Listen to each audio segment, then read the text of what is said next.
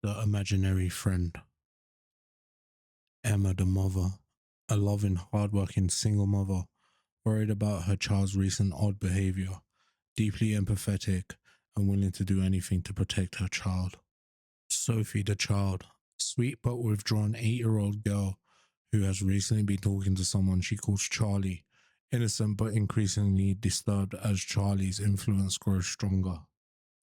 Charlie, the imaginary friend, an unsettling, unseen presence, at first polite, playful, and friendly, but slowly revealed to be a manipulative, ghostly figure, a remorseless serial killer, now living on through Sophie. Detective Harris, a grizzled investigator, looking into a string of local murders, rational but open to the possibility that something supernatural could be involved. Dr. Fenwick, a child psychologist, skeptical of the supernatural explanations, but concerned by Sophie's deteriorating mental state. In the beginning, Emma first noticed her daughter Sophie talking to someone when she was alone in her room. At first, it seemed harmless, an imaginary friend named Charlie. Emma thought it was just a phase, the way kids create make-believe worlds. Sophie giggles in her room, talking to Charlie. Charlie says he likes you. Mummy, Sophie says one night. He thinks you're very pretty. Emma chuckles. We'll tell Charlie, thank you, sweetie. Days pass, and Emma starts to feel uneasy. Sophie's room is always cold. There are strange scratches on the walls. Her once bright child becomes increasingly distant, as though something darker is pulling her away. Sophie's mood changes. She's quiet, withdrawn. Strange things begin happening. One evening, Emma finds Sophie's dollhouse arranged in a strange pattern, with all the dolls laid out as though in a massacre. Who did this, Sophie? She asks, her voice trembling. Charlie, Sophie replies simply. He says he's teaching me.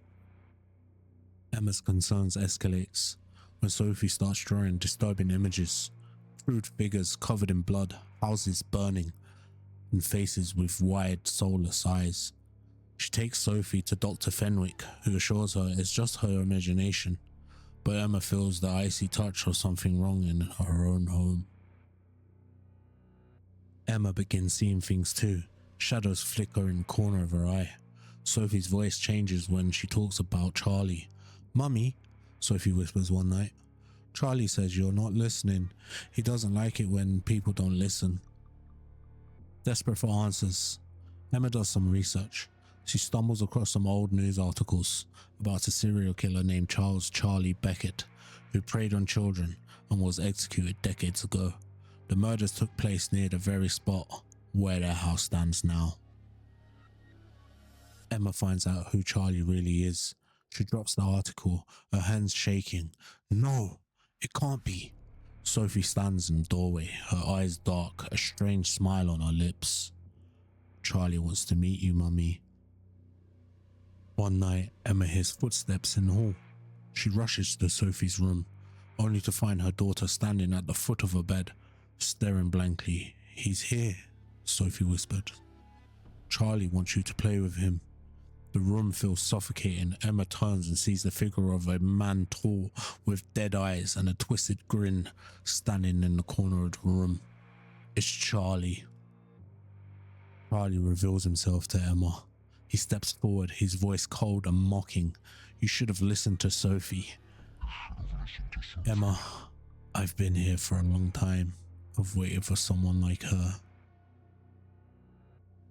Emma knows she has to fight for Sophie. She grabs her daughter and runs, but the house seems to twist around her. Rooms leading nowhere, windows sealed shut. She screams for help, but no one can hear her over the sinister laughter that follows them. Charlie is everywhere. Emma is trapped in her own home. With no way out, Sophie's voice cuts through the chaos. Mummy! Charlie says it's your time to play now. Detective Harris arrives at the house the next morning after Emma's frantic 911 call cuts off. He finds Emma alone, pale and in shock. Sophie is nowhere to be found. There are no signs of struggle, no forced entry, but strange childlike drawings are scrawled all over the walls. Emma tries to explain what happened, but no one believes her.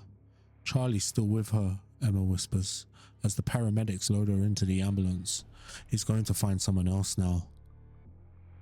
Detective Harris looks around the house one last time and feels a chill run down his spine. Somewhere in the faintest whisper, he hears a child's giggle. Months went by.